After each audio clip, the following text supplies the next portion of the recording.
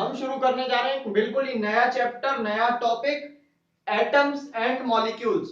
ये जो चैप्टर है, ये चैप्टर एक तरीके से अगर हम कहें तो साइंस, जो हमारा सब्जेक्ट, एक ब्रांच है हमारी साइंस, उस साइंस की हम कह सकते हैं सोल है, उस साइंस की आत्मा है ये चैप्टर। ये चैप्टर, इसका अगला वाला ये चैप्टर है स्ट्रक्चर ऑफ एटम। पूरी साइंस के सबसे इंपॉर्टेंट चैप्टर्स हैं ये दोनों, एटम्स एंड मॉलिक्यूल्स और स्ट्रक्चर ऑफ एटम। ये चैप्टर्स जो है ये आपको फर्दर क्लासेस में भी पढ़ने को मिलेंगे। तो आज हम इस चैप्टर को शुरू करने जा रहे हैं, बहुत ही इंटरेस्टिंग टॉपिक है, तो इसको हम डिटेल में समझना शुरू करते हैं। तो एटम की बात आती है, तो एटम आप सबको पता है जो हमारा मैटर है। मैटर, आप जो कुछ भी टच कर पा रहे हैं, जो कुछ भी देख पा रहे हैं, वो हमारा मैटर है। इसके बारे में हम समझ चुके हैं फर्स्ट चैप्टर में। मैटर हमारा एटम से मिलकर बना हुआ है, ये हम जानते हैं। अब इसी से पता चलता है एटम की इंपॉर्टेंस, कि अगर ये एटम ना होते, एटम्स ही अगर नहीं होते तो मैटर नहीं होता, यानी हमारा यूनिवर्स ही नहीं होता। ये जो आप बोर्ड देख रहे हैं, ये बोर्ड भी एग्जिस्ट नहीं कर रहा होता। जिस डिवाइस से मैं वीडियो रिकॉर्ड कर रहा हूं वो डिवाइस भी नहीं होता, जिस डिवाइस में आप वीडियो देख रहे हैं वो डिवाइस भी नहीं होता। एटम अगर नहीं होता तो यूनिवर्स का एग्जिस्टेंस ही नहीं हो पाता। तो इसीलिए एटम काफी इंपॉर्टेंट है। और मॉलिक्यूल भी इंपॉर्टेंट, क्योंकि अगर एटम से मॉलिक्यूल नहीं बनता तब भी यूनिवर्स नहीं बन पाता, क्योंकि मॉलिक्यूल्स ही तो बिल्डिंग ब्लॉक्स हैं मैटर के, और मॉलिक्यूल्स के बिल्डिंग ब्लॉक्स हमारे एटम्स हैं। तो हिस्ट्री के बारे में जानते हैं थोड़ा, एटम का आइडिया कहां से आया, ये एटम के मैटर जो है वो एटम से मिलकर बना हो सकता है। तो इंडिया में इसकी शुरुआत होती है, इंडिया में, in India ancient Indian philosopher थे जिनका नाम था महर्षि कनाद। महर्षि कनाद जो थे, इन्होंने क्या किया, इन्होंने आइडिया दिया कि मैटर, जो उस टाइम पे मैटर को इंडिया में कहा जाता था पदार्थ, मैटर को अगर हम डिवाइड करते चले जाएं, हमारे पास कोई मैटर का ब्लॉक है, उसको अगर हम डिवाइड करते चले जाएं, उसके पीसेस करते चले जाएं इनफाइनाइट तक, तो पीसेस का साइज छोटा होता जाएगा और एक पॉइंट के बाद एक ऐसा पॉइंट आ जाएगा जहां पे हम इस मैटर को और ज्यादा डिवाइड नहीं कर पाएंगे। जितना हम डिवाइड कर सकते थे मैक्सिमम, उतना हम डिवाइड कर चुके होंगे, तब हम इसको और ज्यादा डिवाइड नहीं कर पाएंगे। तो उस स्टेट को, जब इसको हम और ज्यादा डिवाइड ही नहीं कर पाएंगे, तब उन्होंने कहा उसको हम कहेंगे परमाणु। उन्होंने इसको नाम दिया परमाणु, जिसको हम और ज्यादा डिवाइड नहीं कर पाएंगे। और उन्होंने बताया कि मैटर जो है वो इस परमाणु से मिलकर बना हुआ है। तो यहां से आइडिया आता है एटम का। फिर बाद में जॉन डाल्टन एक साइंटिस्ट थे, उन्होंने इसी परमाणु का नाम कर दिया एटम। तो तब से हम इसको जानते हैं एटम के नाम से। तो इसका शुरू आइडिया कहां से है, इंडिया में महर्षि कनाद ने इसका आइडिया दिया कि मैटर जो होता है पदार्थ, वो परमाणु से मिलकर बना होता है। इसके बाद अगर हम बात करें तो इंडिया में ही एक और फिलोसोफर हुए जिनका नाम था पकुधा कत्तेयामा। थोड़ा अजीब सा नाम है लेकिन उस टाइम ऐसे ही नाम होते थे। तो उन्होंने क्या कहा, उन्होंने ये कहा कि ये जो परमाणु होता है, ये परमाणु एक परमाणु के स्टेट में एग्जिस्ट नहीं करता। ये क्या होता है, कई सारे परमाणु आपस में कंबाइंड स्टेट में रहते हैं, मतलब कई सारे परमाणु आपस में जुड़े रहते हैं, इस तरीके से आपस में जुड़े रहते हैं और तब जाके ये एग्जिस्ट करते हैं और मैटर को बनाते हैं, आपस में केमिकली कंबाइंड होके, केमिकली कंबाइंड होते हैं। तो ये सच भी है। तो यहां से ये शुरुआत होती है एटम्स की। ये है हिस्ट्री एटम की। तो इस चैप्टर में हमको 3 लॉज पढ़ने हैं जो कि बहुत ही इंपॉर्टेंट लॉज हैं। 3 लॉ हमें इस चैप्टर की शुरुआत में पढ़ने हैं। कौन कौन से, पहला है हमारा law of conservation of mass. Law of conservation of मास। तो मास हम पहले से जान चुके हैं क्या है, मैटर की एक प्रॉपर्टी है जो कि सिर्फ मैटर के पास होती है। मैटर की कैरेक्टरिस्टिक प्रॉपर्टी है मास। हमने मैटर को कैसे डिफाइन किया था, सब्सटेंसेस व्हिच हैव मास, जिनके पास मास होता है वो क्या होता है, मैटर। तो लॉ ऑफ कंजर्वेशन ऑफ मास हमको पढ़ना है। दूसरा लॉ हमें पढ़ना है law of constant proportion. Law of constant proportion हमको पढ़ना है इस चैप्टर के अंदर। और एक हमको इसमें पढ़ना है law of multiple proportion. Law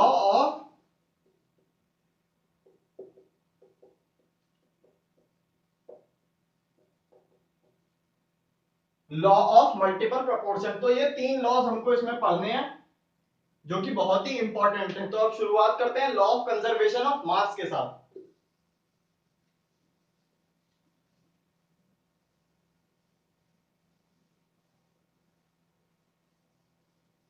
law of conservation of मास क्या कहता है, तो हेडिंग लगा लेते हैं पहले।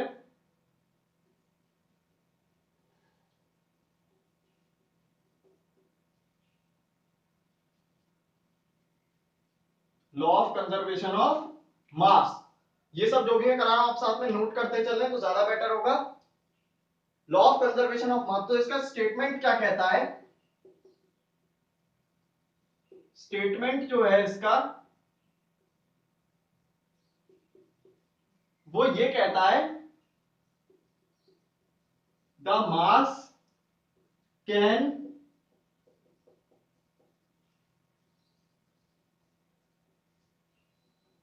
mass can neither be created nor be destroyed।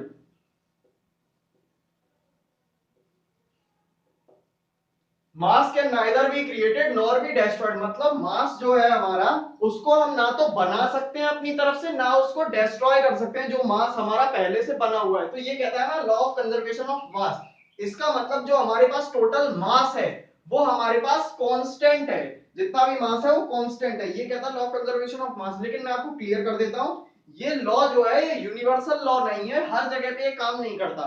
कुछ ऐसी रिएक्शंस होती है जिनको हम न्यूक्लियर रिएक्शंस कहते हैं, जहां पे क्या होता है मैटर जो होता है वो एनर्जी में कन्वर्ट हो जाता है, जो मास होता है वो एनर्जी में कन्वर्ट हो जाता है। तो वहां पे क्या हुआ, मास तो डिक्रीज हो गया लेकिन एनर्जी थोड़ी सी बढ़ गई। तो इसी तरीके से फिजिक्स में आप पढ़ेंगे law of conservation of energy. तो ये law of conservation of mass और law of conservation of energy fundamental universal laws नहीं है। ये क्या होता है, एनर्जी और मास एक दूसरे में कन्वर्ट किए जा सकते हैं। आपने एक रिलेशन सुना हो शायद, E is equal to M C square, वहां पे क्या है, E इज इक्वल टू हमारा एनर्जी है और m हमारा मास है। तो उस फॉर्मूले से हमको पता चलता है कि एनर्जी और मास को हम एक दूसरे में चेंज कर सकते हैं। लेकिन हम नॉर्मली जो न्यूक्लियर रिएक्शंस होती है उनको नहीं देखते, तो नॉर्मल जो हमारी डे टू डे लाइफ है उसमें ये लॉ ट्रू है, मास can neither be created nor be destroyed, जितना मास है उतना मास कांस्टेंट रहेगा। तो यही स्टेटमेंट है लॉ ऑफ कंजर्वेशन ऑफ मास की, आप इसे नोट कर लें स्टेटमेंट को। तो अब इसी का हम दूसरा स्टेटमेंट भी कह सकते हैं, इसी बात को हम दूसरे तरीके से भी कह सकते हैं, और करके आप इसे भी नोट कर लें। क्या कह सकते हैं, in a chemical reaction the total mass of reactants is equal to total mass of products.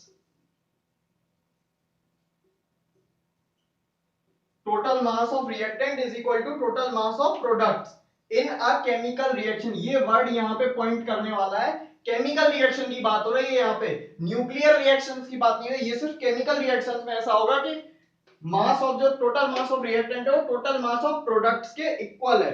ये सिर्फ केमिकल रिएक्शंस में होगा। न्यूक्लियर रिएक्शन में मैंने आपको बताया कि किस तरीके से मैटर जो मास होता है वो एनर्जी में चेंज हो जाता है।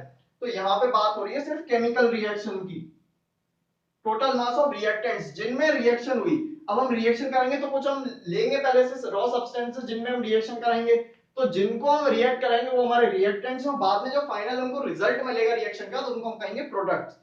तो कई सारे रिएक्टेंट्स हमने लिए और उनका मास का हमने सम कर दिया, ए बी सी डी हमने रिएक्टेंट्स लिया, ए का मास, बी का मास, सी का मास, डी का मास, इनको हमने ऐड कर दिया। तो ये क्या हो गया, हमारा टोटल रिएक्टेंट्स का मास। और मान लेते हैं प्रोडक्ट में हमको मिले जी और एच हमको मिलते हैं प्रोडक्ट्स में, तो उसमें हम क्या करेंगे, जी का मास और एच का मास सम करेंगे, तो उनका जो सम आएगा जी एच का सम वो क्या होगा, ए बी सी डी के जो मास का सम था उसके इक्वल होगा। केमिकल रिएक्शन में अगर क्या वहां पे कोई केमिकल रिएक्शन हुई है, तो ये इसके स्टेटमेंट्स हैं, दोनों ही स्टेटमेंट्स करेक्ट हैं। लेकिन अगर मैं एक्यूरेट की बात करूं तो ये स्टेटमेंट ज्यादा एक्यूरेट है, क्योंकि इसमें हमको बता दिया है वहां पे क्लियरली कि ये केमिकल रिएक्शन की बात हो रही है, केमिकल रिएक्शन में ऐसा होगा। तो ये वाला स्टेटमेंट ज्यादा एक्यूरेट है। In a chemical reaction the total mass of reactant is equal to the total mass of products. तो ये स्टेटमेंट आप नोट कर लें। फिर इनका एक एग्जांपल देखते हैं। अब इनका एक एग्जांपल देखते हैं।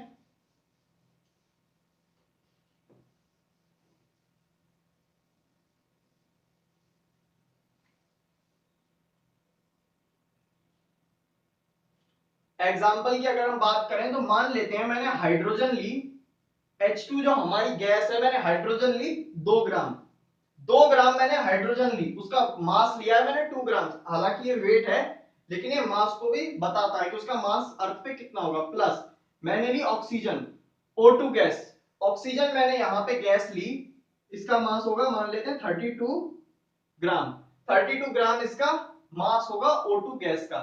तो अब इनमें होगी एक केमिकल रिएक्शन, इनमें अगर हमने केमिकल रिएक्शन कराई तो हमें पता है, तो यहाँ पे क्या है, इसको बैलेंस कर लेते हैं रिएक्शन को।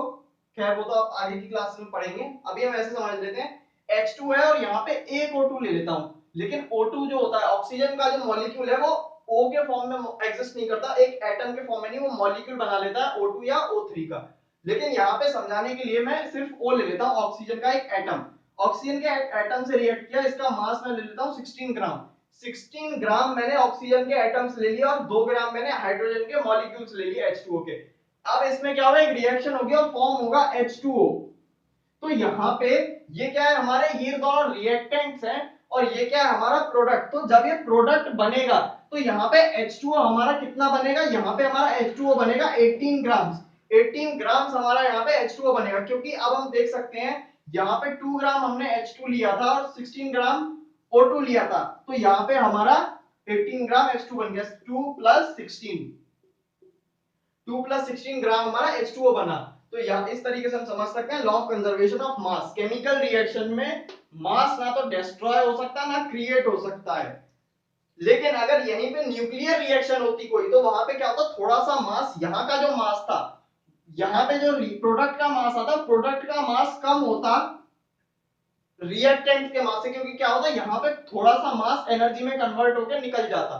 तो यहाँ पे हम न्यूक्लियर रिएक्शंस की बात नहीं कर रहे हैं, यहाँ पे हम बात कर रहे हैं केमिकल रिएक्शंस की। तो वहां पे क्या है, ये लॉ 100% वेरीफाइड है केमिकल रिएक्शंस के लिए, लॉ ऑफ कंजर्वेशन ऑफ मास। तो ये तो हो गया लॉ ऑफ कंजर्वेशन ऑफ मास। अब हम दूसरे लॉ को समझते हैं, law of constant proportions. Law of constant proportions, law of constant proportion, law of constant proportion. तो इसका भी स्टेटमेंट देखते हैं।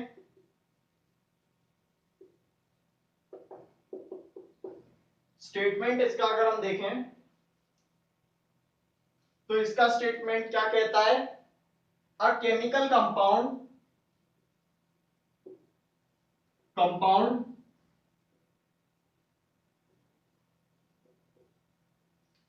always consist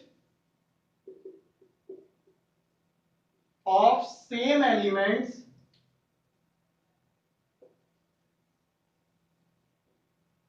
combined in same proportion by mass।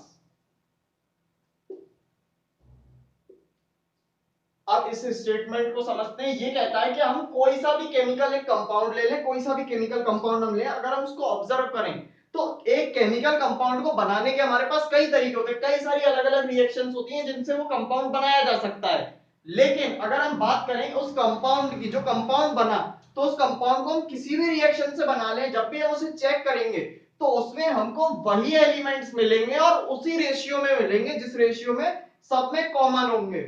इसको हम समझते हैं जैसे कि कार्बन डाइऑक्साइड का अगर हम एग्जांपल लें, CO2, CO2 का एग्जांपल लेते हैं तो CO2 के बनाने के हमारे पास दो तरीके हैं, या तो हम कार्बन को लें और उसको ऑक्सीजन के साथ रिएक्ट करवा दें। कार्बन को जब हम बर्न करते हैं तो कंबशन रिएक्शन होती है जिसमें ऑक्सीजन से रिएक्शन होती है, तो वो क्या बन जाता है, CO2 बन जाता है वहां पे भी। या फिर हमारे पास एक और रिएक्शन है जिसमें हम क्या करते हैं, कैल्शियम कार्बोनेट CO3 को अगर हम हीट करेंगे, इसको अगर हम हीट करेंगे CO3 को, तो हमें क्या बनेगा, CaO मिलेगा, कैल्शियम ऑक्साइड प्लस हमें मिलेगा CO2। इसको हम हीट करेंगे, हीट का साइन होता है डेल्टा। ट्राइंगल जब हम बना देते हैं, ट्राइंगल का साइन होता है डेल्टा, इसको हम हीट के लिए यूज करते हैं, रिएक्शन में हीट दिखाने के लिए कि यहाँ पे हीट का कुछ काम हुआ है। तो CaCO3 को, कैल्शियम कार्बोनेट को जब हम हीट करेंगे तो हमें कैल्शियम ऑक्साइड मिलेगा और CO2 मिलेगा। तो यहाँ पे भी हमको CO2 मिल रहा है, यहाँ पे भी CO2 मिल रहा है। तो बनाने के हमारे पास तरीके दो अलग अलग हैं। यहाँ पे हमने अलग कंपाउंड से बनाया, यहाँ पे हमने कार्बन ऑक्सीजन से बनाया, यहाँ पे हमने कैल्शियम कार्बोनेट से बनाया। लेकिन दोनों ही रिएक्शंस में जो कार्बन डाइऑक्साइड बना, इसमें अगर हम कार्बन और ऑक्सीजन के मास का रेशियो निकालें तो इसमें भी हम पहले देखते हैं, इसमें भी हमको कार्बन एटम मिल रहा है, इसमें भी कार्बन एटम मिल रहा है, इसमें भी ऑक्सीजन एटम है, इसमें भी ऑक्सीजन एटम है। तो दोनों में कार्बन और ऑक्सीजन के एटम्स हैं। कार्बन डाइऑक्साइड दो तरीके से बनाई है हमने, दोनों में CO2 के एटम्स हैं। लेकिन अब इनके मास का हम रेशियो निकालते हैं। तो कार्बन डाइऑक्साइड का जो मास होगा यहाँ पे 1 मोल का, 1 मोल, मोल कॉन्सेप्ट अभी हम समझेंगे। मान लेते हैं यहाँ पे हमने कार्बन डाइऑक्साइड ली थी, 12 ग्राम हमने कार्बन लिया था यहाँ पे, और 32 ग्राम हमने O2 ली थी।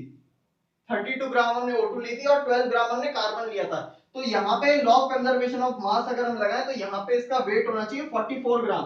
तो ये 44 ग्राम यहाँ पे कार्बन डाइऑक्साइड बनेगी, यहाँ पे 44 ग्राम से कार्बन डाइऑक्साइड बनेगी। तो यहाँ पे अगर हम रेशियो निकालें यहाँ पे कार्बन और ऑक्सीजन के मास का, तो कार्बन और ऑक्सीजन के मास का रेशियो आएगा, या फिर O ले लेता हूं मैं सिर्फ, तो इनका रेशियो आएगा, इसका कार्बन का मास है 12 और O2 का मास 32 है, तो ऑक्सीजन का मास कितना होगा 16।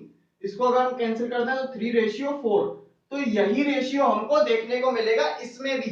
यहाँ पे भी अगर हम रेशियो देखेंगे तो यहाँ पे भी अगर हम देखें तो कार्बन का एक एटम है, यानी 1 मोल यहाँ पे कार्बन यूज हुआ होगा, तो उसका वेट कितना होगा 12 होगा।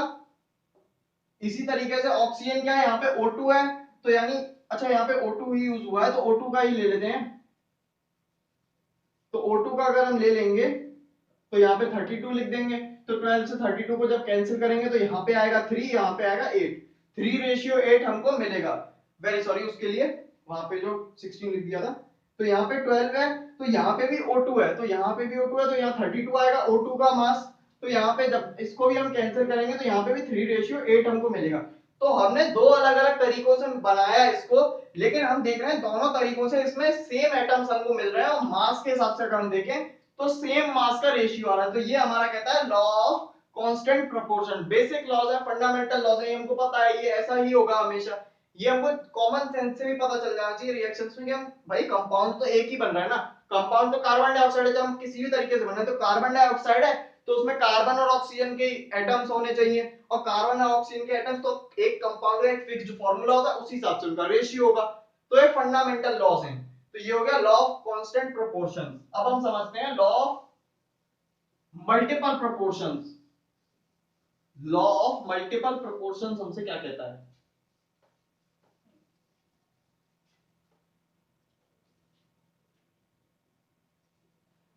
Of multiple proportions.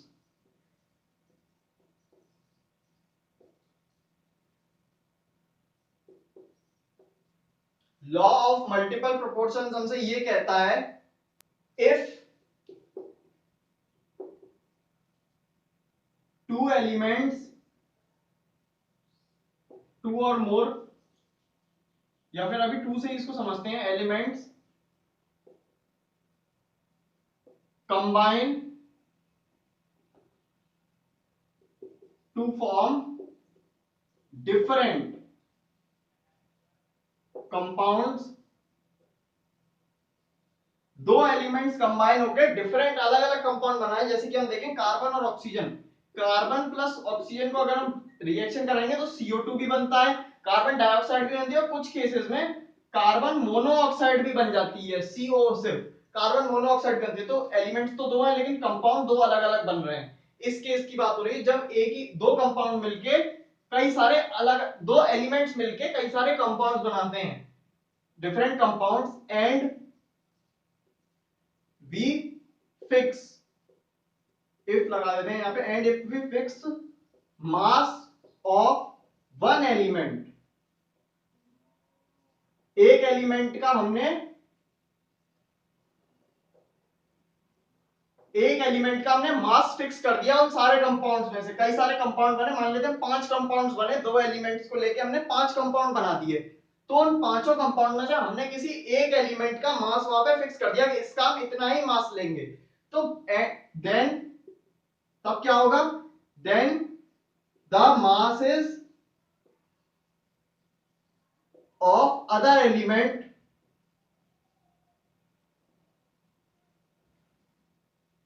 will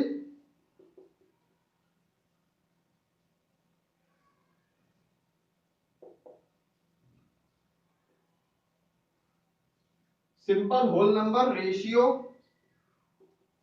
between them।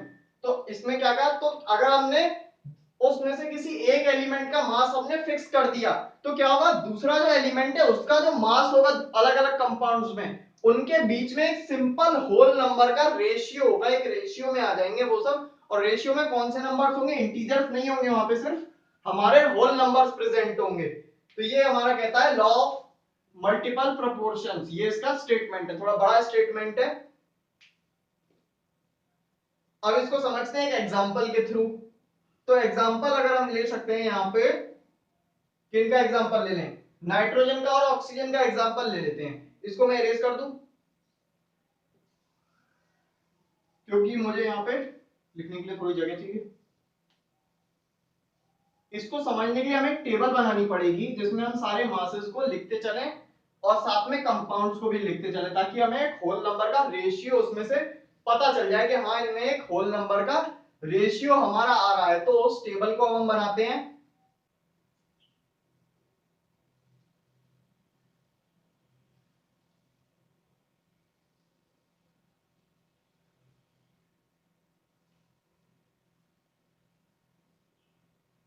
तो यहाँ पे पहले मैं कंपाउंड्स के नाम लिख लेता हूं। तो यहाँ पे मैं 3 कंपाउंड लेने वाला हूं, नाइट्रोजन और ऑक्सीजन के। तो कौन कौन से कंपाउंड है, पहला कंपाउंड है N2O2, N2O, सिर्फ N2O। दूसरा कंपाउंड है N2O5 और एक कंपाउंड है N2O4। N2O4 जो कि हमारा रॉकेट्स में भी यूज होता है ऑक्सीडाइजर के तरीके से। तो ये मैंने 3 कंपाउंड ले लिए नाइट्रोजन और ऑक्सीजन के। इसमें भी नाइट्रोजन ऑक्सीजन है, इसमें भी नाइट्रोजन ऑक्सीजन, इसमें भी नाइट्रोजन ऑक्सीजन। सिर्फ दो ही एलिमेंट्स हैं लेकिन कई सारे कंपाउंड्स फॉर्म कर रहे हैं। तो इन कंपाउंड्स में अब मैं क्या करूंगा, मैं नाइट्रोजन का मास फिक्स कर दूंगा। नाइट्रोजन का मैंने अगर मास फिक्स कर दूं तो नाइट्रोजन का मान लेते हैं मैंने मास फिक्स कर दिया। यहाँ पे नाइट्रोजन का एक एटम का मास होता है रिलेटिव एटॉमिक मास 14।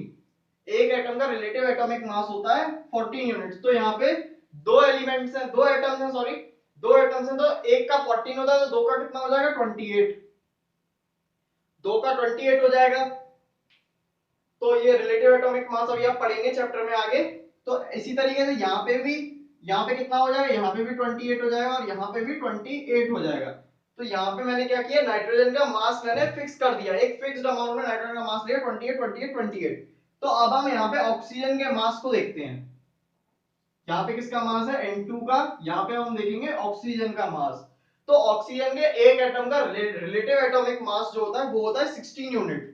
नाइट्रोजन का 14 होता है और ऑक्सीजन का होता है 16 यूनिट्स। तो अब ऑक्सीजन का देखते हैं। तो यहाँ पे हम देख रहे हैं ऑक्सीजन का सिर्फ एक एटम है, तो एक एटम है तो 1 इंटू 16 कर देते हैं। तो यहाँ पे एक एटम का मास आ जाएगा। यहाँ पे हमारे पास ऑक्सीजन के 5 एटम्स हैं, 5 ऑक्सीजन के एटम है, तो यहाँ पे 5 इंटू 16 कर देते हैं तो 5 एटम्स का मास आ जाएगा। इसी तरीके से यहाँ पे हमारे पास 4 एटम्स हैं ऑक्सीजन के, तो यहाँ पे 4 इंटू 16। तो ये हमारे पास, हमने नाइट्रोजन के मास फिक्स किया और ऑक्सीजन के मास हमारे पास आ गए। तो यहाँ पे मास कितना आया 16, यहाँ पे 80 और यहाँ पे 64। तो अगर हम अब इनका रेशियो निकालना चाहूं मैं, तो यहाँ पे 16 रेशियो 80 रेशियो 64। तो अगर मैं इनको कैंसिल कर दूं तो फाइनल रेशियो मेरे पास क्या आता है 1 रेशियो 5 रेशियो 4। ये मेरे पास फाइनल रेशियो आ गया ऑक्सीजन के मास का। तो डिफरेंट कंपाउंड्स में दो ही एलिमेंट्स हैं लेकिन कंपाउंड्स कई सारे हैं और उसमें से मैंने एक कंपाउंड का मास फिक्स कर दिया। तो दूसरा जो एलिमेंट है उसके जो मासेस हैं अलग अलग कंपाउंड्स में, उनमें एक सिंपल होल नंबर रेशियो, ये 1 भी होल नंबर है, 5 भी होल नंबर है और 4 भी होल नंबर है। तो यहाँ पे होल नंबर्स का रेशियो आ जाता है उसके मासेस में। तो ये हमारे पास तीनों लॉज हैं, law of conservation of mass, law of constant proportions और लॉ ऑफ मल्टीपल प्रोपोर्शंस जो हमने आज पढ़े। आने वाले लेक्चर्स में हम पढ़ेंगे डाल्टन एटॉमिक थ्योरी और कुछ बहुत ही और भी ज्यादा इंपॉर्टेंट कॉन्सेप्ट्स जैसे कि सिंबल्स वगैरह के बारे में, सिंबल्स का सिग्निफिकेंस क्या होता है। तो तब तक के लिए अगर आपको वीडियो अच्छा होगा तो वीडियो को लाइक कीजिए। Thanks for watching.